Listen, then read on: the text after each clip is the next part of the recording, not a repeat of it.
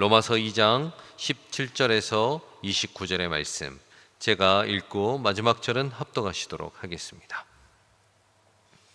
유대인이라 불리는 내가 율법을 의지하며 하나님을 자랑하며 율법의 교훈을 받아 하나님의 뜻을 알고 지극히 선한 것을 분간하며 맹인의 길을 인도하는 자요 어둠에 있는 자의 빛이요 율법에 있는 지식과 지식의 모본을 가진 자로서 어리석은 자의 교사요 어린아이의 선생이라고 스스로 믿으니, 그러면 다른 사람을 가르치는 내가 내 자신은 가르치지 아니하느냐? 도둑질하지 말라 선포하는 내가 도둑질하느냐? 간음하지 말라 말하는 내가 간음하느냐? 우상을 가증히 여기는 내가 신전 물건을 도둑질하느냐? 율법을 자랑하는 내가 율법을 범함으로 하나님을 욕되게 하느냐? 기록된 바와 같이 하나님의 이름이 너희 때문에 이방인 중에서 오독을 받는도다. 내가 율법을 행하면 할례가 유익하나 만일 율법을 범하면 내 할례는 무할례가 되느니라. 그런즉 무할례자가 율법의 규례를 지키면 그 무할례를 할례와 같이 여길 것이 아니냐? 또한 본래 무할례자가 율법을 온전히 지키면 율법 조문과 할례를 가지고 율법을 범하는 너를 정죄하지 아니하겠느냐? 무릇 표면적 유대인이 유대인이 아니요 표면적 육신의 할례가 할례가 아니니라. 합독하시도록 하겠습니다. 오직 이면적 유대인이 유대인이며 할례는 마음에 할지니 영에 있고 율법 조문에 있지 아니한 것이라. 그 칭찬이 사람에서가 아니요 다만 하나님에게서니라. 아멘. 할렐루야. 오늘 또 말씀과 기도를 사모하셔서 이 새벽에 이 자리에 나오신 우리 평강의 성도 여러분들을 주님의 이름으로 환영하고 축복합니다. 오늘의 말씀은 로마서 2장 17절에서 29절의 말씀을 우리가 다루고 있습니다. 로마서의 말씀은 각 장마다 큰 주제를 갖고 있는데, 오늘은 2장에 관하여 유대인에 관하여 하신 말씀을 우리가 보고 있습니다. 우리는 신앙생활을 하면서 종종 이런 함정에 빠질 때가 있습니다. 내가 신앙생활을 하고 열심히 교회 다니고 열심히 기도하고 헌금생활을 하는데, 우리가 이런 모습이 물론 쉬운 것은 아닙니다. 하지만 그럼에도 불구하고 우리가 만약에 이런 것들이 습관적으로 하는 습관이 들어있다라고 한다면 약간 무감각한 모습으로 변할 수도 있다라는 사실입니다. 그렇게 겉모습으로 모든 것이 남아버리는 모습이 우리 신앙생활에 남을 수도 있다라는 것이죠. 그것에 대한 문제는 어떤 것이냐라고 하면은 경건한 모습은 있습니다. 겉으로 보이는 경건한 모습은 있지만 실제로는 하나님과 멀어져 있는 상태의 모습을 우리가 띌 수도 있다라는 것입니다. 예배는 드리지만 삶이 변화되지 않는 모습, 성경은 알지만 사랑은 없는 모습, 종교적인 열심은 있지만 하나님과의 인격적인 만남, 인격적인 관계가 없는 상태의 모습이 우리 안에 있지 않은가 생각해 보게 됩니다. 오늘 본문은 바울이 유대인에게 했던 말씀입니다. 하지만 이 시간, 오늘날 교회를 다니는 이 크리스천들에게도, 이 시대에 살고 있는 이 교회 안에 있는 우리에게도 하나님께서 우리에게 매우 직접적으로 도전하는 말씀일 줄 믿습니다. 그렇다면 바울은 유대인들에게 어떤 문제를 지적하는가라는 생각을 하게 됩니다. 먼저 바울은 그들이 자랑하는 것을 가지고 반론을 하기 시작합니다. 바울은 유대인들이 가지고 있는, 자신들이 자랑하고 있는 것으로 반론을 시작하는데 바로 그것이 율법이었습니다. 17절에서 20절까지 보시면은 그들이 무엇을 소유하였다라고 이야기를 합니까? 율법을 소유하였고 하나님을 자랑했습니다. 다른 사람들을 가르칠 자격이 있다고 그들은 생각했습니다. 그러나 바울은 유대인들이 그렇게 자랑스럽게 여기는 자신들의 모습을 가지고 반론을 시작합니다. 21절에 보시죠. 21절입니다. 그러면 다른 사람을 가르치던 내가 내 자신은 가르치지 아니하느냐? 다른 사람을 가르치던 내가 내 자신은 가르치지 않냐라고 반문을 시작합니다. 율법을 가진 자로서 율법을, 하나님의 말씀을 자신들이 소유하였다라고 생각하였고 그 율법을 남들에게 가르칠 수 있다라고 생각했습니다. 자신들이 남보다 더 위에 있다, 우위에 있다라고 생각했고 이방인들보다 자신은 선민들이라고 생각을 했습니다. 그런 자신들의 이 이스라엘의 이 교만함 앞에 이 바울은 정면으로 그것에 대한 도전을 하고 있는 것입니다. 다른 사람을 가르치는 내가 내 자신은 왜 가르치지 않느냐. 23절입니다. 23절에도 나오죠. 율법을 자랑하는 내가 율법을 범함으로 하나님을 욕되게 하느냐. 왜 율법을 자랑하면서도 율법을 범하느냐라고 물어보는 것입니다. 그리고 가장 충격적인 말씀을 하는데 하나님의 이름이 너희 때문에 이방인 중에서 모독을 받는도다 라고 24절에 이렇게 이야기를 합니다. 바울이 말하는 것은 바로 이런 것입니다. 너희는 겉은 거룩한데 속은 하나님을 배반하고 있도다. 유대인이 자랑하는 것 그리고 믿는 것에 관하여 철저하게 바닥을 보이게 하는 바울의 모습을 우리는 보이게 되는 것이죠. 사랑하는 여러분, 우리의 신앙생활은 어떻습니까? 단순하게 이 말씀이 2000년 전에 있었던 그리스도인들을 향한 메시지는 아닐 거라고 생각합니다.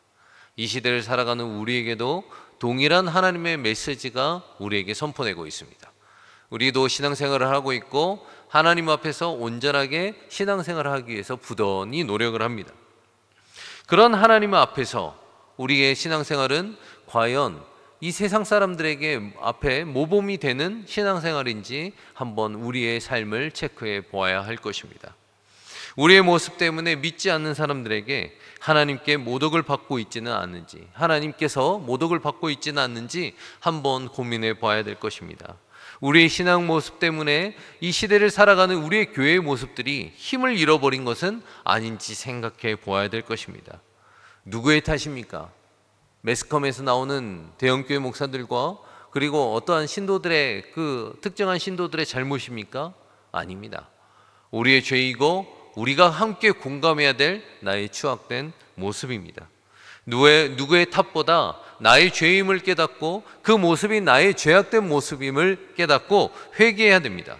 그들의 모습이 나의 모습이요 그들의 잘못이 나의 잘못이라고 공감할 줄 알아야 합니다. 나는 안 했는데요, 나는 죄 안 저질렀는데요, 교회 안에서 돈 훔치지 않았고 교회 안에서 성문제 일으키지 않았고 교회 안에서 어떤 문제 일으키지 않았습니다. 이렇게 말하니 하나님이 모독을 받는 것입니다. 다 똑같은 죄인임을, 그리고 언제든지 우리도 그 상황에 있으면 그보다도 더할 죄인임을 우리도 생각해야 될 것입니다. 저를 가르쳐 주셨던 그 성경 스승께서 이런 말씀을 하셨습니다. 세상에서 나오는 교회들의 문제는 너는 안 할 것 같냐, 너나 나나 그 자리에 가면 더 악하게 살 거다.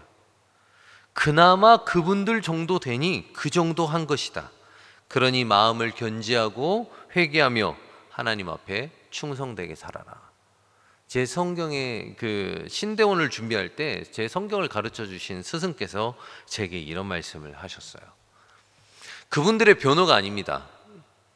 제 스승께서 하셨던 말씀은 그분들의 변호가 아니라 어떤 이야기를 하고 싶으셨냐면 제 모습부터 돌아보라라는 것이죠. 그들을 비난하고 비판하기 전에 네 모습부터 돌아보고 너희 안에 있는 추악한 죄를 돌아보고 너희 안의 모습을 견지하여서 너가 그렇게 그 상황에 가도 그렇게 살지 말라. 목회자답게 살라 라고 말씀하시는 것이죠. 저도 소망이 있습니다. 저도 어쨌든 나중에는 이제 담임 목사를 할 것이고 이제 교회를 부임받아서 갈 것인데 큰 교회가 목적이 아닙니다. 저는 항상 저희 전 공동체도 말씀을 드렸고, 그리고 지금 고등부나 아니면은 뭐 이제 교구에게도 삼교구에게도 하는 이야기가 있지만은 어떤 이야기를 하냐면 목회자답게 사는 것입니다. 목회자답게 살다가 목회자답게 하나님 앞에 가는 게 제 목적입니다. 그것만 해도 제 목회는 성공했다라고 생각합니다. 그렇게 살기가 어렵습니다. 내 마음 하나 지키기가 어렵고 이 세상에서 내 마음 휩쓸리지 않기가 이렇게 어려운 것입니다. 매일 성경을 보고 묵상하고 말씀을 준비하고 기도하는 목사도 그렇게 쉽지 않습니다.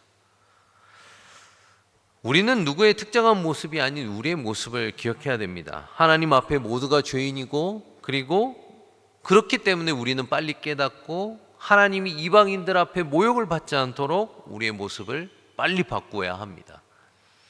또한 바울은 두 번째 유대인들이 자신을 자랑하고 있는 것에 대한 반론을 시작하는데, 바로 그것은 할례였습니다.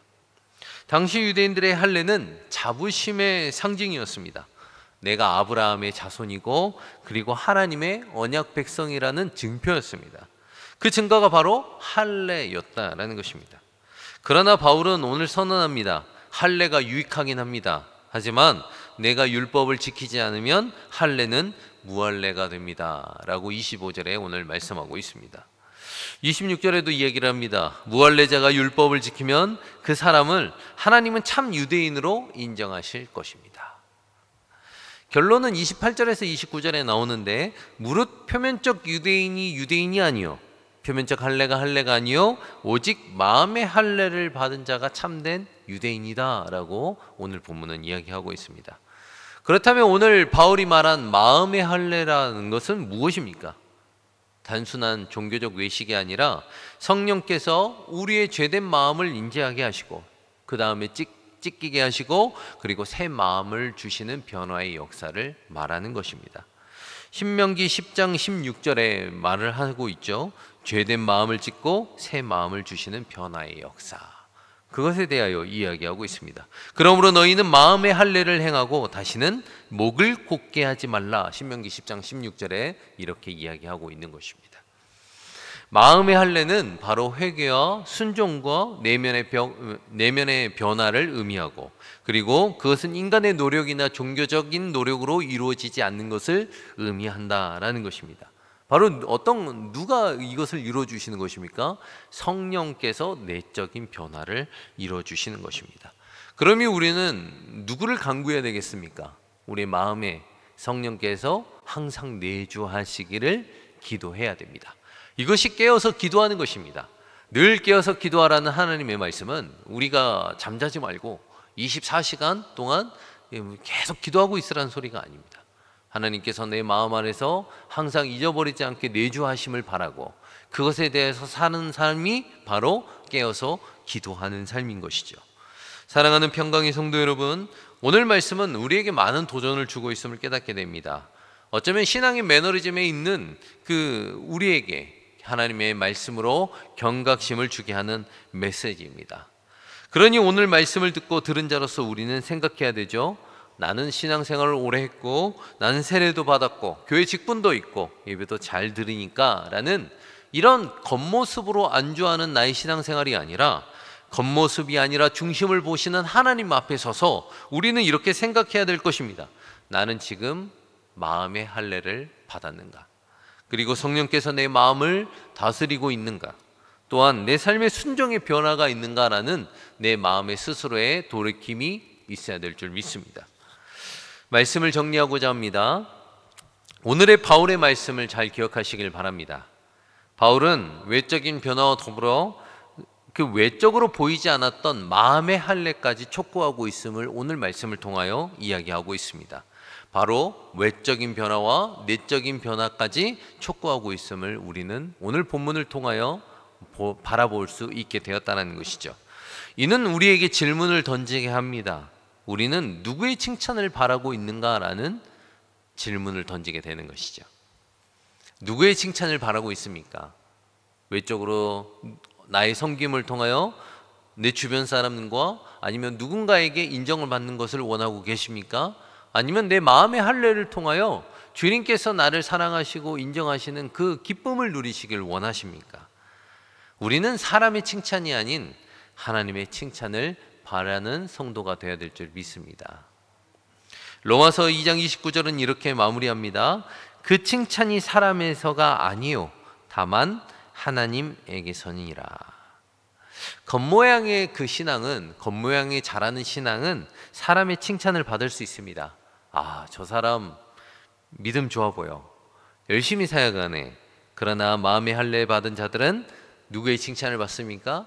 하나님의 칭찬을 받습니다. 하나님이 어떻게 칭찬하십니까? 이는 내 사랑하는 아들이요 내 기뻐하는 자라라는 칭찬을 하실 줄 믿습니다. 우리는 사람의 인정이 아니라 하나님의 인정을 받는 신앙이 되어야 합니다. 바라기는 외적으로나 내적으로나 하나님의 기쁨이 되시는 우리 평강교회 성도님들 되시길 주님의 이름으로 소망합니다. 기도하겠습니다. 하나님, 우리는 말씀을 받은 자로서 그렇게 살아가야 됨에도 불구하고 우리는 어쩌면 이 세상의 풍파와 이 세상의 기조에 내 마음이 휩쓸려서 내 마음을 지키지 못하고 신앙인답게 살아가지 못했던 나의 신앙적인 모습, 마음의 그 할례를 받지 못한 모습에 대하여 이 시간 돌이켜보게 됩니다. 하지만 하나님, 우리를 사랑하시는 하나님의 그 음성이 오늘 또 말씀으로써 내 마음을 돌이키게 하시고 마음의 할례를 받게 하셨사오니 이제는 내가 마음의 할례를 받은 자로서 하나님의 사랑과 칭찬을 받으면서 살아가는 삶 되게 하여 주시옵소서. 오늘 또 내 마음을 견지하게 하시고 내 삶을 돌아보게 하신 주님을 찬양하며 감사드리며 주 예수 그리스도의 이름으로 기도합니다. 아멘.